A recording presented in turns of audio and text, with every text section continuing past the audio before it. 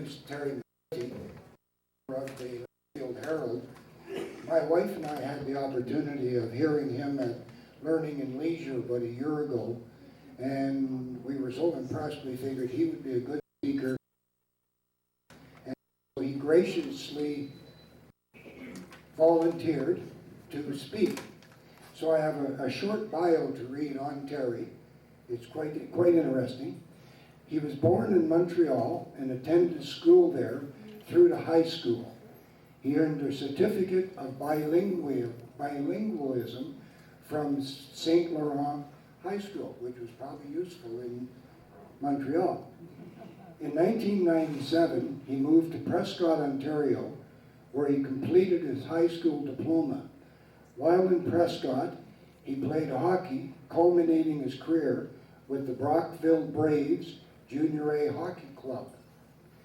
He was also involved with the Prescott Tennis Club, where he taught lessons and competed in the Ontario Under-18 division. He attended Trent University in 1983, where he earned a BA with an English major and a history minor. Following university, Terry took a job with GUS Canada, which owned stores such as Sherney's Furniture Store and Woodhouse Furniture. He started as a salesman for Woodhouse Furniture in Prescott and was promoted to manager of the Smiths Falls shortly after. He then moved to Oshawa to manage the Woodhouse store there before moving to Barrie, which was his last stop on the furniture train. In 1988, he decided a changing career was in due. I don't know if that was his midlife crisis or what, but he thought he'd give newspaper a shot. And he ended up with the Barrie Examiner. He started as a special feature salesman, selling special sections in the publication. In 1989, he transferred within the Thompson chain to the Aurelia, Packet, and Times, where he worked in the advertising department until 1998. At this point, the Thompson chain was purchased by Hollinger Corp., which everybody knows was owned by Conrad Black in his less than days. And the decision was to take a sales job with the Thunder Bay Post. Now you can see he's been moving around a little bit in Ontario.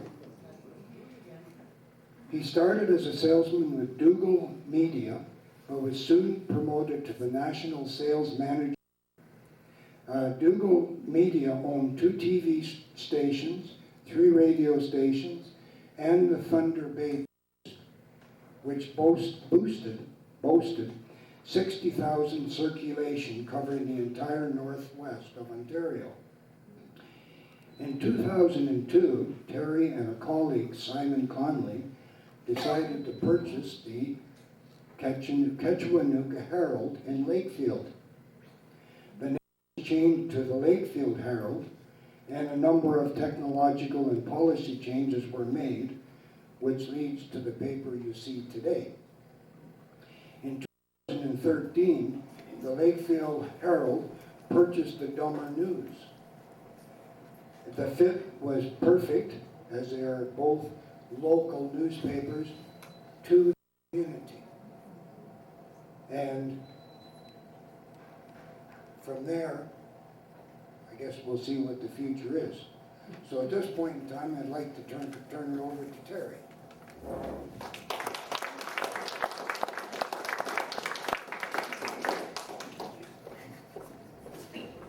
Can you hear me now? First of all, we'd like to blame Maureen Davner for us being here. She actually sold us the Katsuanuka Herald. So we met her long before we arrived. Now, first of all, anybody who is looking for a chronological history of the Katsuanuka Lakefield Chronicle Herald, I don't have that. I learned something today. I didn't even realize there was a chronicle in between the Leader and the Katsuanuka. I've spoken to numerous people who owned or were partners within the business, and many of the stories contradict. So I just prefer not to give any information. We do know that June and Ernie Helwig purchased 15 years before we got there, so between the pair of us, we're working on 29 years now. As my personal tenure will be 14 years in August, so it's been a long go. Another 2 generations and we'll be locals. So, anyway, that being said, I thought what I would try and do is maybe, being a historical society, possibly look at recent history, and we all know that going back 500 years, newspapers were king. It didn't matter, policymakers, government makers, the sway was huge within the newspaper industry. Going back about, we'll say 20 years, started to change a little bit. We had local newspapers like ours. Today don't exist very often. There's not very many of us left. Even locally, we're one of the few weeklies left that are independently owned and operated. Even one of my colleagues that were weekly will be going monthly again in June. So we're seeing less and less local ownership, less and less local hands-on, we'll say, of this sort of thing. And I'm going to go back to, as my intro stated, back in 1998 is when I saw the business changing. I spent 10 years working with Thompson newspapers, which, Ken Thompson certainly had his detractors. And in fact, we had what we call the Thompson handshake, the cheapest man on earth. But realistically speaking, you guys can think back to when Thompson owned the Peterborough Examiner, one of the highest rated papers in the country. The independent publisher was to dictate what news was reported within the community. And that was important. To me, local is everything. For those of you who read the Lakefield Herald, you will not even see Peterborough news in it because we're not Peterborough. You know, we don't see Peterborough papers covering our news. So if everybody was to stick to their local news, we wouldn't be having the struggle in the industry we have right now. Now, again, I'm going to point a finger at Conrad Black because he took what was, to me, the most important industry in the world and tried to commercialize it to the point that, well, the wheels have fallen off. There's no other way to put it. He purchased the Thompson chain, and at that point there were, I believe, 120 papers, and he bought all but 2. And what he did was he thought to himself, how can we make some money with this? Keeping in mind, Ken Thompson, richest man in the country, one of the 10 richest people in the world, was doing okay, but Conrad Black thought he could fix it. So what did he do? He said, at this point moving forward, we're no longer going to subscribe to news service. That we have 120 papers, so we're going to start sharing our views. We're going to share our newsroom. Makes good sense. We're going to cut down on hundreds of thousands of dollars a year in expenses. Problem being, and we're seeing that locally now, how many of you pick up a Peterborough Examiner and say, do I really care what's happening in Belleville? You know, people in Toronto think Bancroft is the same as Peterborough. They don't understand that they're regional. We're not even the same as Warsaw, let alone the same as Bancroft. So what they didn't understand is when we're in a small community, we like to look after our own. And as I say, with Thompson, the local publisher made that a point of fact. We had managing editors, we had assignment editors, we had everybody that would know Mr. Jones walking down the street. And I don't know if any of you, for those of you I don't recognize your face, you probably see me walking the street each and every day. We're involved in the community, we're part of the community. One of the mandates we had with Thompson newspapers was everybody had to be part of at least one social club. Be it the Rotary, Kinsman, it didn't matter. Because the bottom line is if you're not involved with community, how can you report the news? And that's what I saw with Mr. Black. And what he did when he eliminated that is we lost all local content. We lost my particular paper, the Pakenham Times. I know most of you are probably familiar with Aurelia. There's a little paper, town 24,000 people. We're putting out 8,000 papers each and every day. Our net profits were over $8 million a year. What happened was within 4 years of this management change, we went to losing $800,000 a year. The day I left, we had over 100 years experience walk out the door. I understand experience costs money, but it's such an investment that without that experience, there was no money to be made. Right now, where my building employed 60 people, press, composing room, advertising department, editorial department, now there's 5 of them sitting in a strip plaza. All the work is done, and for those of you who did hear me last year, they're composing the ads that you see produced in the Peterborough Examiner, the pages you see put together in the Peterborough Examiner, are done in India. Now, if that's your local newspaper, I don't really want to be part of it. All the composing is done, everything's electronic, we can save all that money. We don't have to pay a reasonable wage, we don't have to pay any benefits, we don't have to worry about any of those things anymore. But the bottom line is, I want my ad changed today. Can I get it changed today? Maybe not. You know, if there's a mistake in the paper, how many of you looked at one of these, well, I'm not going to talk Post Media, that's the newest revelation, but with Sun Media, when they owned it. A good friend of mine was the bureau chief for Sun Media on Parliament Hill, and I read his column every day. His name's Dave Aiken.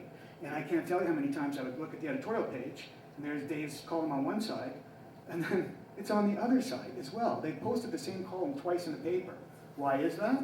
Because it's being produced in India, and nobody knows what's supposed to be there, and more importantly, nobody cares. Okay, now on a local level, my paper, if you were to go to my office right now, for next week's paper, you're gonna see pages laid out on our table. You're gonna see each and every one of my staff read those pages. I'm not saying we're perfect, and you're gonna find typos, and you're gonna find grammatical errors. You're gonna find less in my paper than any other paper in the region, I almost guarantee you that, because I make sure that my people have a vested interest in what they're doing. We have a team at my office, and it's very important that people love what they do, and I'm not seeing that in the industry anymore. So when we talk very recent history, Post Media now bought Sun Media. Now to me, the CRTC should never have allowed this to happen. What we have now is one mega corporation that basically dominates the print media business in our country. But we'll go back to what Mr. Black thought and said, how can we save money? Well, the thought now is not to share newspapers, we're actually sharing newsrooms. So if you look at the National Post and the Toronto Sun, believe it or not, are sharing a newsroom. And you show me one person who reads the National Post that will admit to reading the Toronto Sun. It's just not the same market, it's not the same media. The only thing they have are their political views, which are a little bit leaning to the right. But I'm a firm believer too, that political views are fine on an editorial page, but should not be run throughout the course of the paper. So what you're gonna find is this wonderful money-saving adventure that they're going on is gonna cost them more readership. I'll use the Barrie Examiner as an example. I'm not sure what the Peterborough Examiner's numbers are, but Barrie, Ontario, now a town of about 130,000 people. Any guesses as to what they circulate per day? 6,200 papers a day. To put that in perspective, I do 2,000.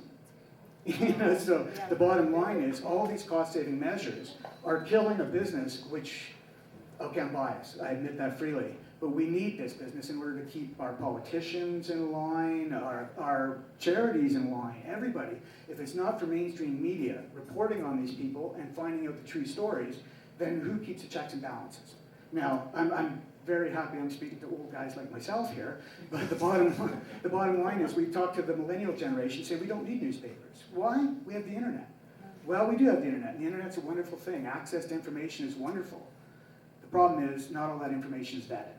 So, I mean, anybody can be a blogger. I can sit there and write any of my opinions, I can send them out over the net, I can get 200,000 people visiting me, and I don't have to have any accuracy in what I'm saying. So if you look at them saying, I can get all that information on the web, where are they getting it from? They're getting it from the Globe Mail website. They're getting it from the National Post website. I'd like to say they're getting it from the Lakefield Herald website. I'm a member of the Press Council. If you've got a problem with anything I print, you think that it's incorrect, it's misleading, there's an avenue you can take. We'll go back to Sun Media, who backed out of the Press Council. They decided that they didn't want this oversight. This oversight was limiting what they could report. More importantly, the same company started Sun News. I'm sure some of you probably watched it if you want to get your blood pressure going. But the bottom line is they actually went to the CRTC and said, look, we don't want to be held accountable for accurate information.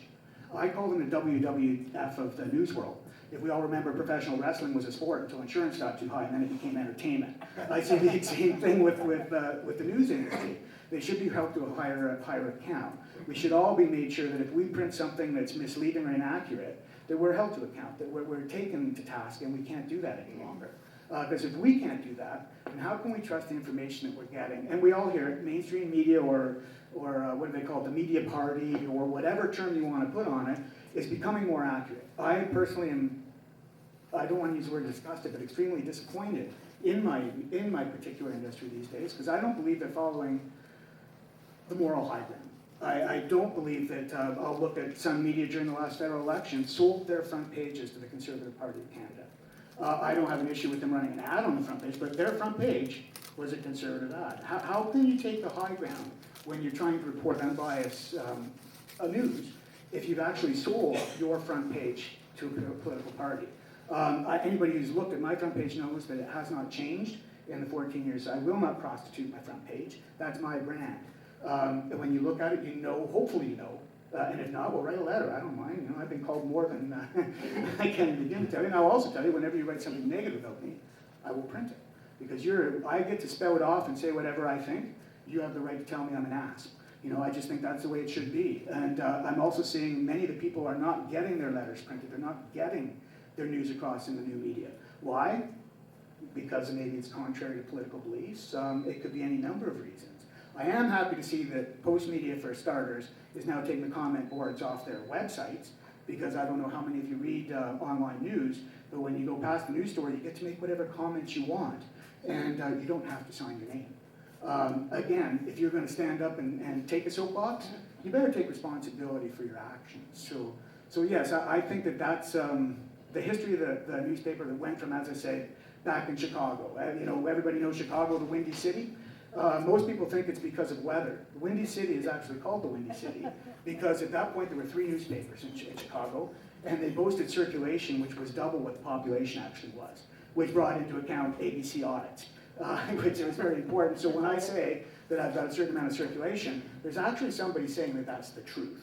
Again, Sun Media, they pulled out of the audits. They're no longer audited publications.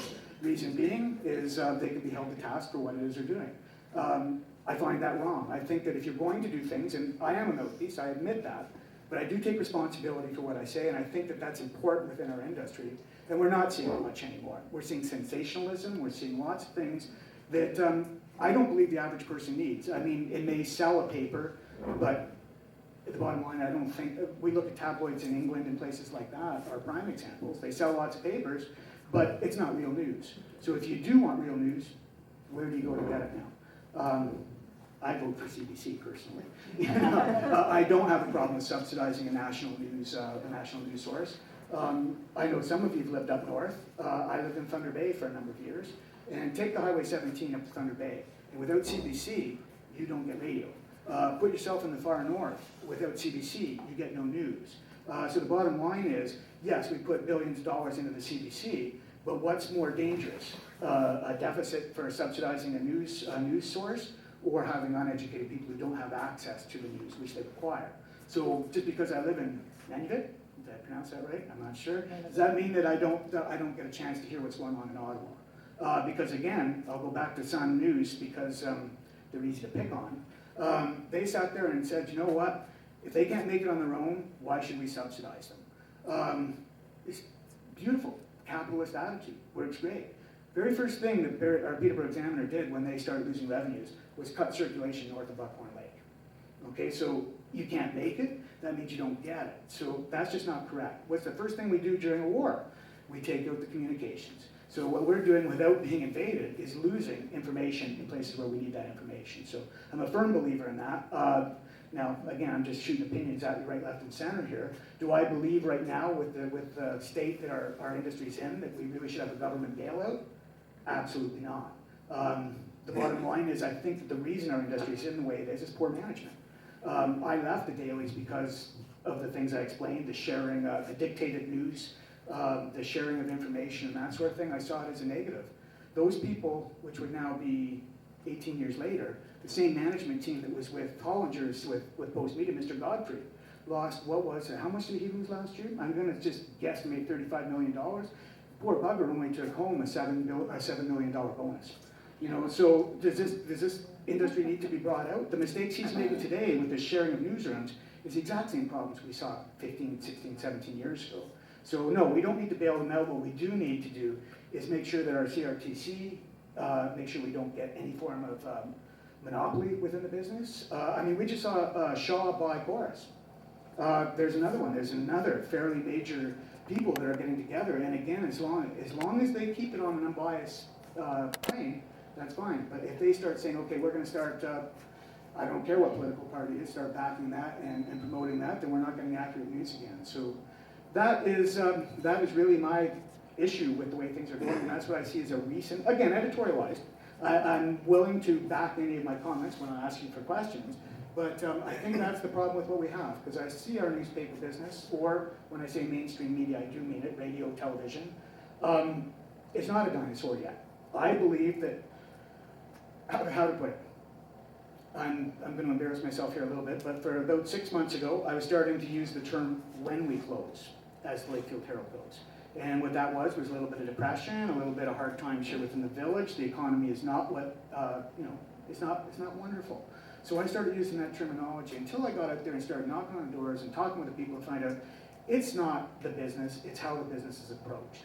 If you're not involved with the community, if you're not out there doing things, then no, you don't have much of a chance of succeeding. As I went through a situation with my partner passed away, and then I had some issues solving the ownership of the paper, we'll put it that way.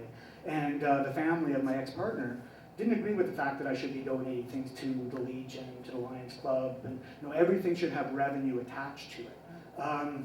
If that was the case, I would certainly not own a newspaper. I would be working for one and making 4 to 5 times the income I make. The bottom line is, if you're going to be a community newspaper, then I firmly believe you should be part of the community. And without that, I just think that you're sucking and blowing at the same time. When I report on things, an example, I was on the LDISS's open committee. I very much thought that saving our high school is a very important thing. I believe it to be an integral part of the community. So between a few of us, we got the committee up and going, and we spent, I can't claim thousands of hours, but I can claim hundreds, and there's people who spent thousands of hours. But I chose not to report on that particular issue because I was too close to it. So I had my reporter watch it live streaming while I sat in the building and got angry. But that's keeping the bias out of it. Editorially, yeah, I don't have any issue putting my opinions on paper. As I said, I accept any contradictions to my opinion. But no, when it comes down to it being part of the community is important, you have to know where to separate, in my opinion.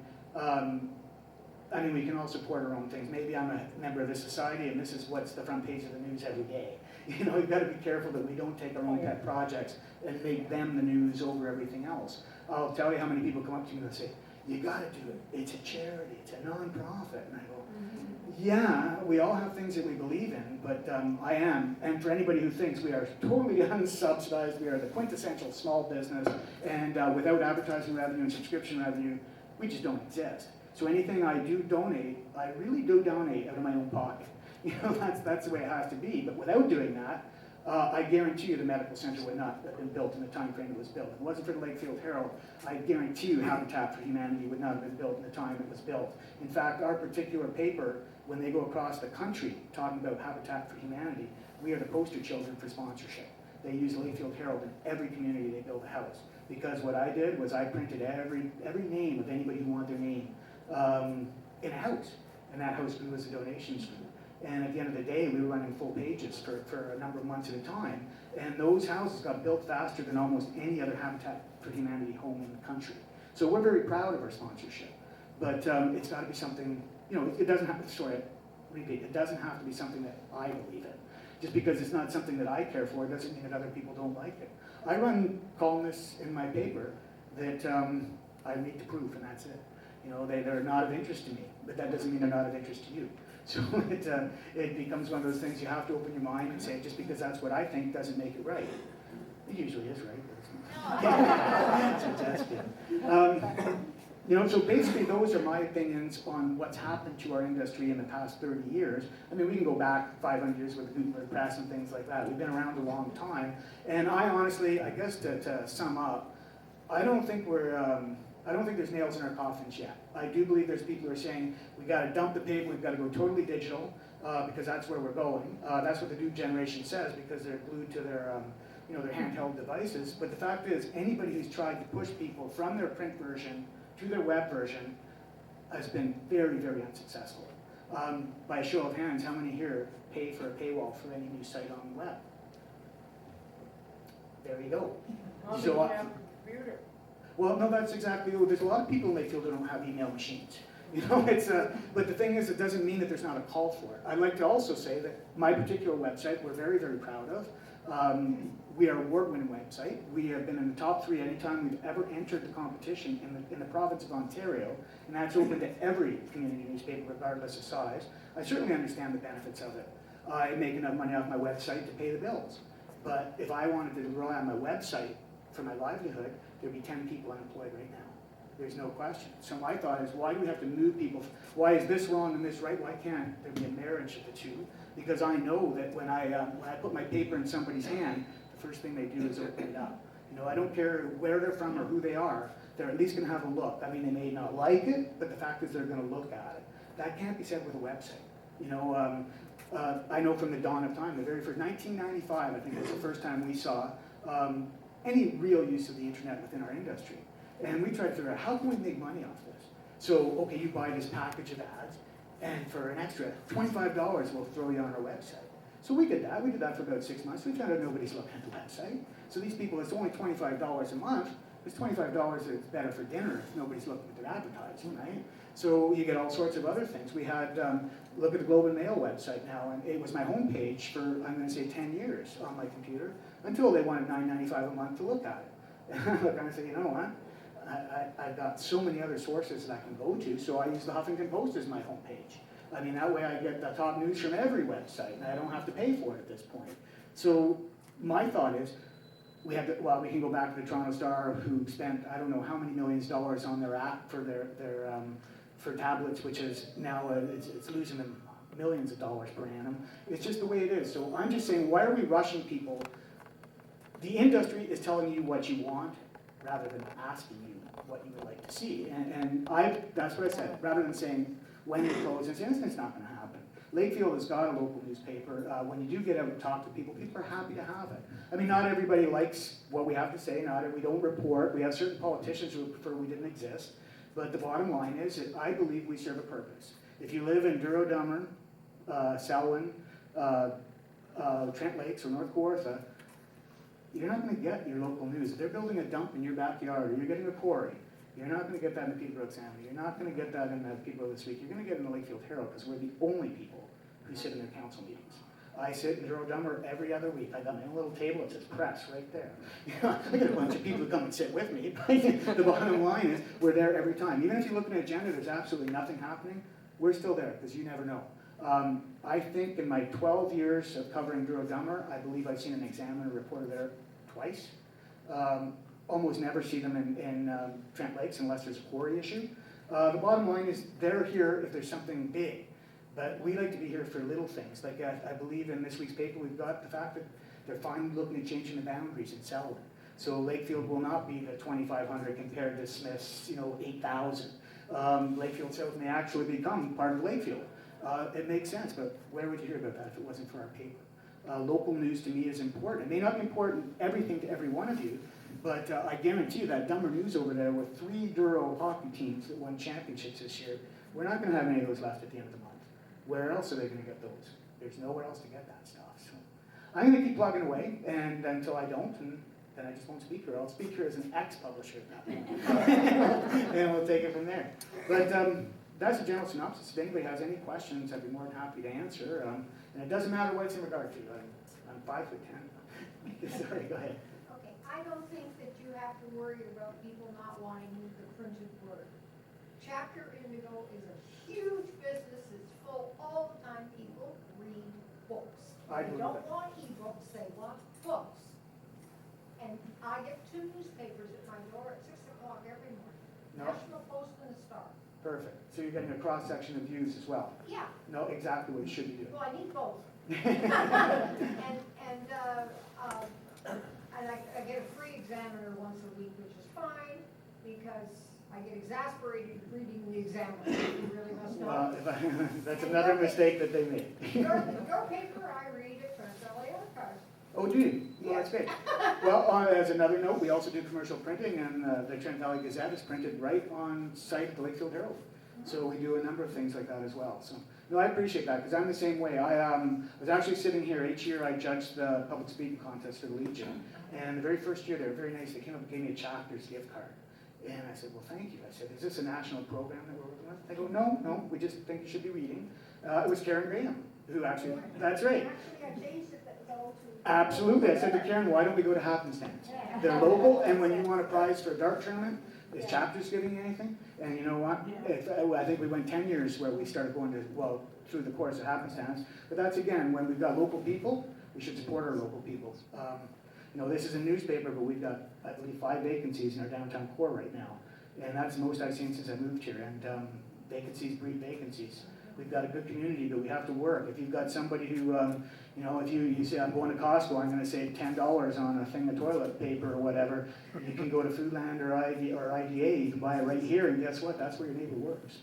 We can go back again to the web idea. And I get it. The millennials are buying all their stuff online because they're saving a few bucks. Now, if I can just take that back a little bit, they're all living in their parents' basement because they're buying it online, it's being produced in China, it's being shipped over here. Where do they get their jobs now? They might get a call center job if they want, but the bottom line is the economy is moving towards something that we can't sustain with our lifestyle. I go down to Rachel's at Trinkets and Treasure, I can pick something up, I can look at it, I can talk to the owner. You know, I can go to Nick at Stuff, the same thing. These are people who donate to our literary festivals, to our jazz festivals. They keep us going. If we don't support local, then there's no sense being here. Why would we be in a small community like this? I don't know if any of you have seen the Shop Lakefield First signs that are in every window front in Lakefield. I was driving in from home one day, I took a picture of our Lakefield welcome sign and I put Shop Lakefield First on and brought it everywhere, and it's been 10 years now. And we went from a downtown core at Christmas time that would roll up the sidewalks at 5 o'clock and nobody would shop here, to where now people say, if I don't get what's on my list when I go downtown Lakefield shopping, I'm going to change my list. So I think it's been a big coup for us. So, and I think that's, I stole it from Aurelia. The concept of Shop Lakefield First is, if you can find a comparable product at a comparable price, at comparable service, why not try here first? You know, I won't go to box stores. I won't go to Canadian Tire, I won't go to Costco. They don't buy anything from me, they're off my list. I don't feel I'm saving money by shopping there. I feel like I'm killing a downtown business that may buy a $40 ad. So I guess I went on a little long about it, sorry. Terry, we are so proud of what you do, and you've made our village proud.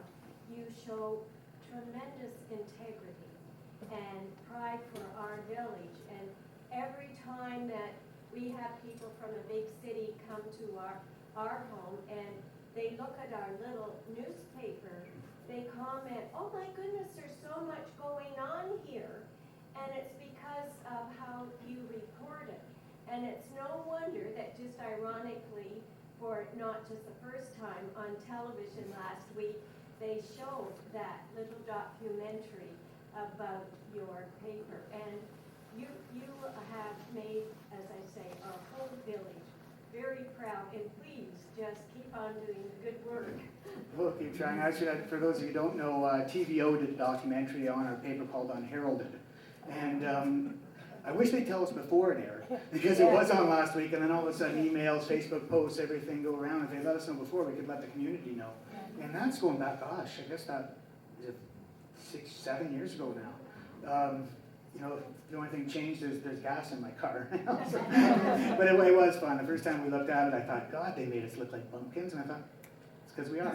You know, we chose to live here because of the lifestyle. And it shows, again, in that documentary there, I'm on the corner of the post. None of it was scripted. It was all just as it happened. On the corner, just talking to people as they go by.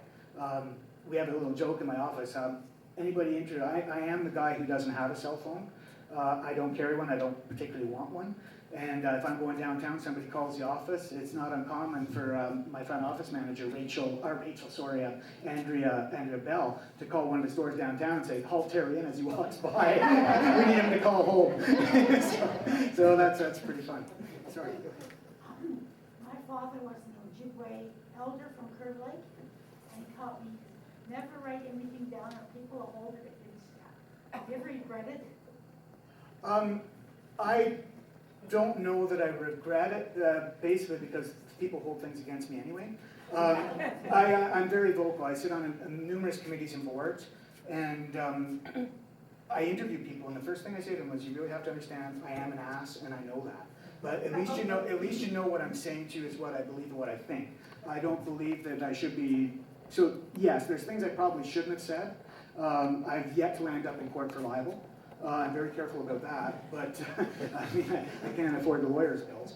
But no, there's certain things probably, we just had a little run-in with a local politician a couple of weeks ago. It took me a couple of days to make sure that I wasn't liable and things like that. Do I wish we didn't publish it? Absolutely not. There's certain times that we give all our local politicians a little bit of leeway because, you know what, they're not professional politicians. They're local people for the most part trying to make the community better. But there comes a time where you have to say, that's enough. You know, and we don't make, we just, I say to all my reporters, just quote them. We don't have to make anything up, just write what they said. And you know, there's no defense for that on their part, and people get to make up their own minds. So I'm going to say no, I don't really regret it. You know, I wish I didn't have to write, because it's hard to get across to people. It's the part I like absolutely least about the job.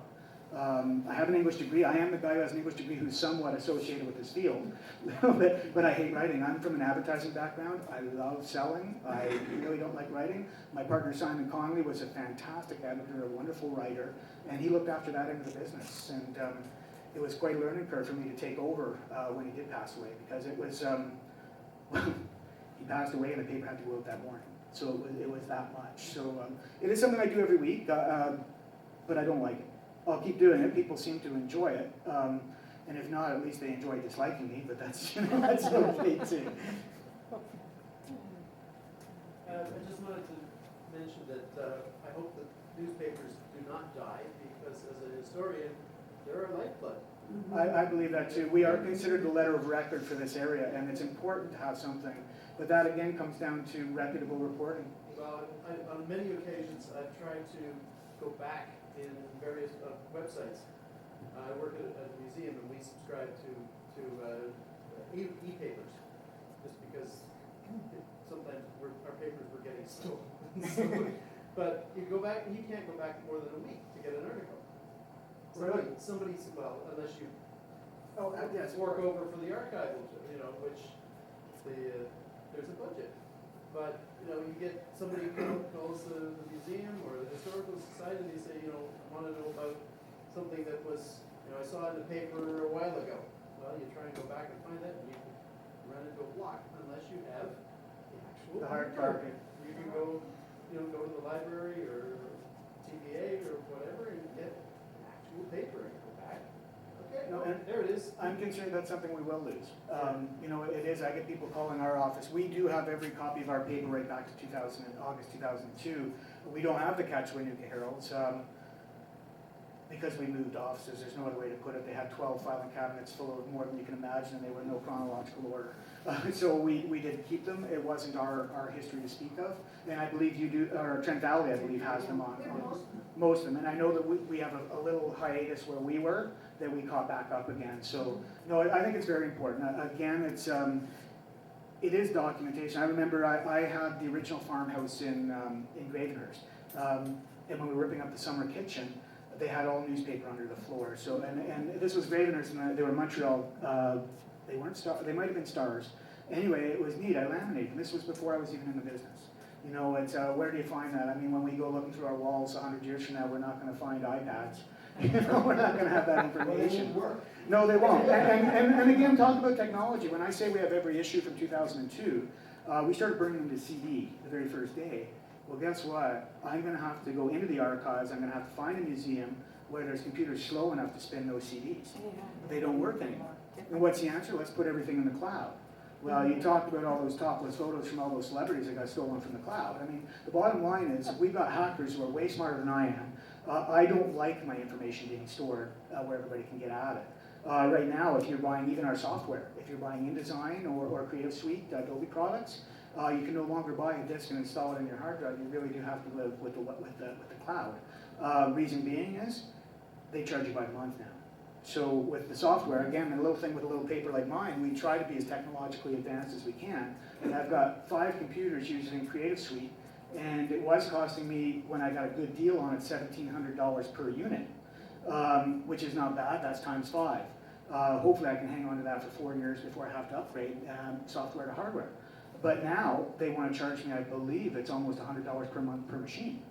So if you start thinking that's $1,200 per machine per year times 5, again, bye, I'm out of business. Put that together with your post office cost of a 40% increase to distribute the darn things. They're making it difficult for us to survive. I cannot use a carrier force.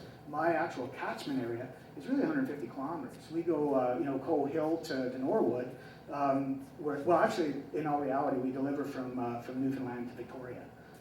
We do go coast to coast. And the beauty of that is for $45, it's the same price anywhere in Canada. So it's Canada Post. You're not going to get it on time, but you will get it. You may get 4 or 5 of them at a time, but that is one of the advantages that people listen. And the Herald aside, the dumber news is coast to coast to coast. It's unbelievable. We had some issues with the Canada Post before Christmas, and they didn't get us out.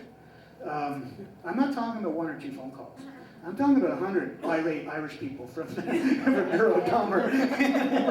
You know, but as a newspaper person, I love to hear the complaints. If you're not getting the paper and you're complaining about it, it means it's something you want. I don't hear a lot of people calling up Peterborough this week saying I didn't get my paper. You know, it's just, and again, nothing against Peterborough this week. I think do what they do better than what anybody else does. Unfortunately, they're not a newspaper. They are a fly wrap. And I'm not saying that as a joke. They were saying, we've got all these flyers, how do we distribute them? So they started up a sales force to sell a wrap around it. Well, it turned out the wrap, at that point, I was working in Barrie, at the Barrie Examiner. My sales pitch to my customers were, well, if you can afford to do both, of course, but obviously you're going to take the Examiner. Well, they steamrolled us. 4 years later, we're down to, I believe at that point, 13,000 papers a day. That's, I'm 62 today, but I'm back in the mid-80s at this point. And Metroland's got probably $50,000 to $60,000 worth of flyers in every issue. So my attitude was cocky and wrong. You know, so they do what they do well, but as I say, I don't count on it as a newspaper. You get a lot of police reports and things like that. And there's nothing wrong with that. I don't publish the police reports. I just don't. Have any in Lakefield? Oh, we do. In fact, the last one I published, the owner decided that because I published it, they're no longer going to run advertising with me or pay for the advertising I purchased. But the bottom line is, I will still do it if it's something substantial. But that poor guy who got a jaywalking charge or things like that. I look at the Peterborough papers and I see just line after line of police reports, and I don't know. It's not where I want to go. If people want it, enough people ask, I suppose we'll do it. But I don't know. People What do you say about the computer?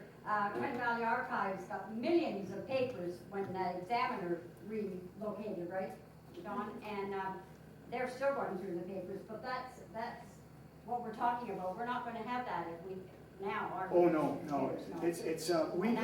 But I do have hard copies of each paper. I keep 2 each week plus a backlog. I've got a stacks room upstairs in the building where we go back to 2002, and if you wanted something from whatever date, there's somewhere for some reason there's none left. Maybe there was something that people bought them out. But if there was something happened in 2004, if you could tell me the date, I can find the paper and we can sell it to you for well, those ones are probably still $1. So no, I like the hard copy myself. As I said, I'm a firm believer in books myself. I'm a regular customer at Happenstance. I say to everybody I know, you should buy at least one book there every quarter. I know you might save a few bucks going to Peterborough, but if we lose our bookstore in one of the most literary towns in the country, I think we've lost something substantial. I don't think you saved anything going to Peterborough. No. I don't go to Peterborough. I'm going to say in 2015, I'm going to say without exaggeration, I was probably there less than 10 times. I don't need to go there. What I feel about the Herald is that it's a rural paper, and it keeps us thinking rural. My son reads the Globe and Mail, and we're miles apart now. Anything will be solved with money, anything quickly. But if any of you were at or watching the famous meeting last night at the school board, it was so typical. The one trustee, I think his name was Bonner, cannot understand. He sounded to me like the difference between Americans and Canadians. We're both great, but we're different. And he refused to believe that there was any difference between children raised in Peterborough and children raised in the country. So why were we making all this fuss? Well, his question was actually directed to Mary Smith, and he said, can you explain the difference between rural and urban to me? I'm sorry Mary's not here. I wish she was, because I'd like to say to her I was not impressed with her answer. Though the bottom line is the difference. I can say right off the bat, the difference between rural and urban is when my neighbors go away, I feed their goats. My next neighbor could be 10 kilometers away from me. I don't have a key to my front door. There's tons of things. It's not a feeling. It's a way you're brought up. I was born and raised in Montreal. We moved during the exodus to Ontario like everybody else after Mr. Levesque took government. And I ended up in a town called Prescott of 5,000 people. Culture shock, huge culture shock. Town of 3 million to a town of 5,000. It took about a year before anybody even accepted me. I was French. Well, I wasn't French. I mean, it's Terence Sean McQuitty. I'm as Irish as you get, right? But they just wouldn't accept. And why? Because I was from the city. Once they got to know me, and I made a conscious choice. And when I made that little joke about being a bumpkin on the video they did, I'm a bumpkin by choice. I like living here. I like the fact that I don't have to wait in line to get to the bank. I don't have to, you know, what really irks me is I'm not gonna call it a traffic light, I'm gonna call it a stoplight at Naples Corners. You know, I have to wait there for up to 2 minutes, almost every time I go home. You know, like, it's absolutely ridiculous. I lived in Gravenhurst, I worked in Aurelia. I commuted, that was, it's 5 kilometers every day. But it took less time for me to do that than it took my friend from Oshawa to Pickering. You know, so it's a choice we make, and there's a big difference. And I was at that one, boy, I wish that question was directed at me. I thought, again, it's I don't want to get into it. I found the whole process. I'm going to tone it down a bit. I'm going to call it disrespectful. You know, we spent a lot of time. We had, if you knew some of the people sitting around that LDSS committee table, we had some extremely, I'm not going to call them bright, I'm going to call them brilliant people who were so head and shoulders, not only with experience but education above the people who are making the decisions, and they discarded every idea without a second thought. As I said, and I've said it numerous times, if you actually read my editorials, if they had just told us there's no way we're going to win, we could have directed ourselves doing something more important or something different. Because again, the people we see around that table are the people who do put on your jazz festivals, your literary festivals. They're the people who put their time up each and every time. And to have it wasted for 9 months for a decision that was an arbitrary decision and solved absolutely none of the issues is disgusting. And the fact is, and again, I'm going to say it to many people because if I'm wrong, you can all tell me I'm wrong. But 10 years from now, they're going to be mandated to do what we asked them to do in the first place. You know, so what's going to happen? I go back to my good old town, Thunder Bay, when Mr. Ray was in charge of our government. And he offered incentives to each municipality to do recycling. Thunder Bay says, we don't make recycling, we can throw, look at all the places we can throw our garbage. So anyway, they didn't take advantage of the funding. What happened 10 years later? It became mandatory. So what happened? They lost millions of dollars in funding because they thought they were going to take the shortcut. I almost guarantee you that's what's going to happen with Court Pine Ridge. They're going to have no rural schools. Well, actually, I disagree. I believe Norwood will stay as a kindergarten to grade 12. But it contradicts everything they told us. We couldn't do it because we couldn't get programming, but they can do it and they can get programming. So the old thing is we said black, they said white. They used, throughout the entire process, now I'm ranting again, sorry about that. The whole process, they used the magic number of 900 students. Well, it was really ridiculous when the capacity of the school is only 720. You know, and then they said, we never said that. Well, you know what? All these meetings are recorded. You said it 4 times, Mr. Girardi. So if you're going to do it, please don't lie to us. Again, lack of respect. We did it, we were the most polite. If you compare what we did to the battle at PCVS, and not that they did the wrong thing, it's that we thought that didn't work, we'll try it our way. Didn't matter. You know, it's again, I did put in this paper, the definition of insanity is doing the same thing over and over again, expecting a different result. Doesn't that sound like ARC reviews to you? You know, it's, have you seen an ARC review where they save the school? I guess absolutely. I have an ARC review. Well, exactly. The ARC voted 80% to keep the school. And they discarded They it? totally discarded it. Why have it? Their mind was made up. Well, there's So why well, the not? thing is, though, the bottom line, and I'd like to say that There's there's, a vote, what, 6 to 5? it was 6 to 5. They only had to swing one That vote. was, What annoyed me that was was that, made yeah, for the publication. Well, you know, what was really quite interesting, if you watch the meeting, is that the people who were voting against the proposal, you could hear them loud and clear. The people who voted for the proposal didn't have their mics turned on. Again, if you're going to say something, stand up, stand tall, and be proud of what you've done. These people have to go to bed every night knowing that there's kids on the bus coming from Apsley. They're going to spend more time on the bus than their teachers spend teaching every day. They're gonna send them to Bancroft and Peter's gonna lose them. They're not going to send them to Bangkok. What's going to happen is they've already checked this out. This is the truth. They're already looking at buses that they're going to have to pay for themselves so they can gather up their own kids and bring them to Bangkok border so they can go to another school, out of boundary school. So again, and there's no difference in time. These poor kids are going to, they would be doing that in spite of what happened, not to better themselves. But the bottom line is we had child psychologists. We had, you know, these are things that happen. Well, the difference is they're telling us it's only 10 more minutes to get from Lakefield to Tass. If they're not stopping. Well, you know what? I've never been able to do that in my car. And the bottom line is, if anybody tried to get through that road at Trent at 8:30 in the morning, you know, it's bogged up as far as you can see. You know, again, I can't say for sure the man was being disingenuous, but Mr. Girardi, one of our superintendents, says he took the car, and it was a slightly icy day, and he did it at the speed limit, and it took 87 minutes. Okay, now if it was 93 minutes, would he have reported it? Bottom line, I wish the question was, I would have pointed to and said, what day was that? And then I would have checked the Weather Network Yeah, and right, find out that he's see? just making up a story in order to fit into their, we found this very frustrating. Even right now, the bottom line is Ridpath is to move in as the reclamation goes to LDSS. According to our procedures, they're not even really supposed to be addressing Ridpath. They weren't a mandated school. Now they said we can because it was brought up. We brought up all other sorts of things that weren't allowed to be entered in. So really, it should require its own ARC review.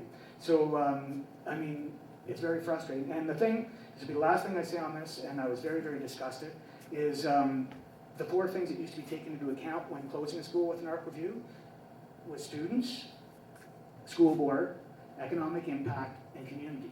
After the PCVS fight, they did a policy review, which went, of course, we got the policy review 2 weeks before they left school, and it was due the week they got back into school. So we had to rally our troops through the summer in cottage country. Not an easy task. Anyway, we suggested that those components stay. They withdrew. Now we're making the decision, community no longer matters, neither does economic impact. Well, the 2 things I have to say is, nothing against public servants, but without tax dollars, they don't have jobs. So economic impact does mean something. And more importantly, to me, school has always been community. You cannot take community out of school. So anyway, we were at a board, one of our steering committee meetings, and one of the trustees said to us, well, that's provincially mandated. And I blew up at her. I said, absolutely not. And I said, that was a choice you made, and I find it absolutely disgusting. So at that point, unless you no longer directed your questions at me, but again, you make those decisions, you have to stand behind it. And how can you say that a school has nothing to do with community? You know, it's got everything to do with that. That's where our kids meet. That's where they get, you know, I had a letter to the editor this summer from somebody who was staying at the campground who wrote the letter. I don't know where he's from, somewhere in Western Ontario. So he couldn't believe how polite our kids were. You know, and he said that's got to come from the school. It's got to be, you know, part of the system. So, no, anyway, that's it for all the ISS. Seeing the difference between urban and city life. I had 5 boys, and I was raising them on my own. The village helped me raise those children.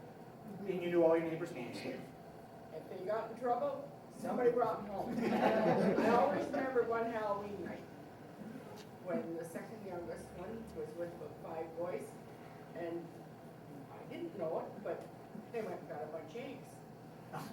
So, And they got the policeman stopped them, our local policeman, and never done anything to them. They patted them down. They came home dripping. They never got eggs. You see, on our street, they get them from our own chicken coops. That's the difference between her. But this is 30 years ago. Oh, no, but the differences are still very real. Again, I moved to Lakefield from Thunder Bay. Thunder Bay being a really big, small town. But it's a city. It's people didn't know each other. People didn't even travel across, again, we've all been amalgamated, but Thunder Bay's Port Arthur and Fort William, 2 cities were amalgamated about 50 years ago. And I used to go, I lived at my in-laws for the first 3 months I was there, and they lived 40 kilometers out of town. So I'd go and get myself a little sandwich or something. I'd go to Boulevard Park, which was on the east side of the city, and everybody in the office goes, "You went all the way there?" You know, there are literally people who have never been from the east side to the west side of the city. You know, and that's the thing is, because you're the community of their own, like Westport, those people are extremely close, but they don't know anybody in Port Arthur. So no, there's a big difference between rural and urban. And again, you know, we see all these slogans, farmers feed cities, but if the people have nowhere to go to school in the country, where do they, you know, who farms? You know, all these people who want to get away from it all and get up to Scotsman's Point Resort, but we don't have anybody working there anymore. You know, like, there's no jobs left. The economic impact of this closure is going to be huge. I mean, our kids are not going to be able to get the same after-school jobs. They're just not going to be available to them. You talk to Ross Bledsoe, and he's telling you how hard it is to get people with kids in town. You know, he's got about 100 part-timers that work in there. It's going to be a challenge, a real challenge. Terry, when you mentioned, after watching for nearly 6 hours the streaming of that meeting the other night, our village can be so proud though of the composure and the way they behaved and the brilliant background research they did. It was a total different scene than what took place at PCBS because our village did us proud from the way they presented it and behaved after 5 hours of watching that before the the vote came, and it was Well, just I'd sort of like, disgusting I and agree with- devastation. I agree, but I'd also like to give kudos to people outside of the village. I mean, there's a lady named Mary Brown who's a real estate agent in Apsley. And I don't know if any of you know, but at the beginning of this whole fiasco, North Kawartha Council voted not to be in support of the school. Mary Brown went and kicked them in the ass. And not only that, we got Rick Woodbeck, who's the mayor of North Kawartha. He was sick when the vote was taken. We've got Jim O'Shea from North Kawartha. Those two have done, it was, Rick actually, in his previous life prior to being mayor, was CAO of the hospital. The man understands bureaucracy, he understands medicine. He was the one who got our psychiatrists in there. You know, I said to Warren Vilmer right after the meeting, I said, I think strategically it was a good idea to bring them in at the last minute. I think again, I was wrong. Maybe we could have brought that in the previous meeting and worked on it a little more. Again, there was no, I guess what I disliked most was Rusty Hick, who stood there and said, we're doing this for the kids, and I'm thinking possibly for the Peterborough kids. And then he goes on to say that we spent months of consultation with the community, and you did. You took months of our time and then disregarded everything we said. And when we're talking about, I don't know, I know it was a difficult concept to get across this broad-based technology program. The way I try to describe it is it's French immersion for everything. Okay, so it doesn't matter what you're doing, there's going to be a sort of a science project with it. So let's say that I'm interested in English. Okay, maybe the books I read have to do with the Industrial Revolution. You know, there's hands-on, maybe I'm learning how to write, edit, and publish a book. There's all sorts of different things. It's a very simple concept, but they were unwilling to take it. And the lady we had presenting it has 2 PhDs and a master's in education. Way better educated, and also volunteered. She was Adam Noble's mentor, let's put it that way. She took Adam through all these science fairs. She's got, Lakefield, whether you know it or not, is the most winning science fair school in Canada.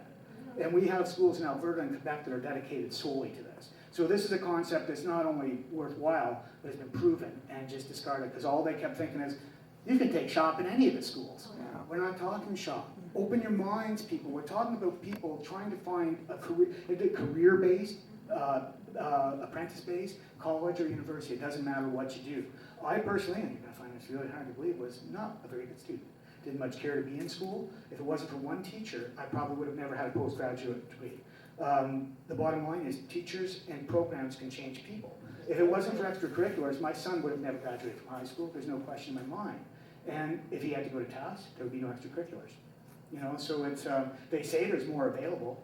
We're going to be very conscious to keep our eyes on it. Now they're saying we're going to task because of all the programs that are available. Well, let's make sure that our kids get a chance. If they don't get their first choice and they don't get their second choice, let's make sure the board is held responsible that they send them to another school and they still can't get the programs they were promised. I've got to go on record as saying I just don't believe much of what they tell me. You know, I look at PCBS, a fully stocked, fully inventoried school in downtown Peterborough.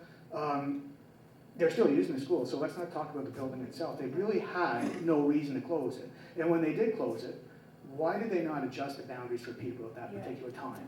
You know, they didn't. So they had an opportunity to do it. And I don't know if any of you caught this. This to me was the most shocking thing at the meeting on Tuesday night, is when we as the LDSS committee asked for a review of Peterborough County, they told us they'd already done one, a 5-year plan, and that plan is up in September, and they don't feel they should have to do another one. But let's use their own numbers. There's still 800 empty seats in Peterborough County. So that's at least 1 to 2 more schools that need to go through closure. That's at least 1 to 2 more ARC processes we have to go through. How much does an ARC process cost? I don't know. I know the guy sitting at the front. When I looked at Mr. Girardi, I looked at Mr. Ingram, and I looked at Mr. Hick. The three of them put together make as much money as the funding cuts that are closing our school. So put things in perspective a little bit. How much do they get paid? Do they get per diems to go to these meetings? It's a total waste of time and effort. Bottom line is, yeah, I'm frustrated. But you're hiding it well. I know. Again, I'm always subtle. Anyhow, I guess as I say, those are the reasons I don't report on things I'm involved in, because I do tend to get emotional. A lot of us put in a lot of time and effort and my kids are out of the game. I have no more kids in high school. Mine are in university at the point, and you know, so it's not like, in fact, most of the people who sat around that table trying to save the school do not have kids in the school. They're all graduated, doing it for the community, not for our own purposes. There was no self-serving motives here at all. Like Sue Belgassel's kids are well gone.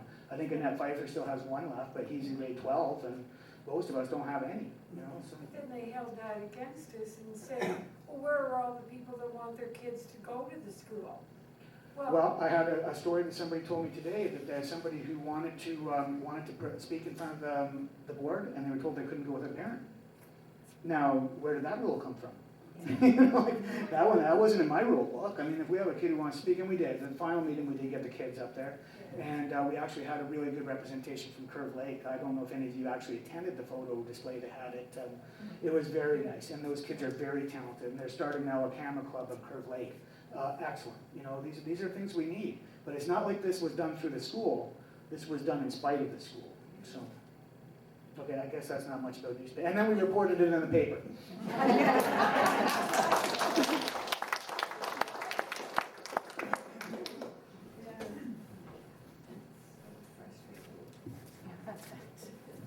I want to thank Terry for coming. He was just as insightful and passionate tonight as when we heard him 2 years ago at Learning and Leisure. Lakefield and the Herald are in good hands with people like Terry, and he's a classic example of supporting local. So I thank Terry, and we have a small token of appreciation for him. Thank you.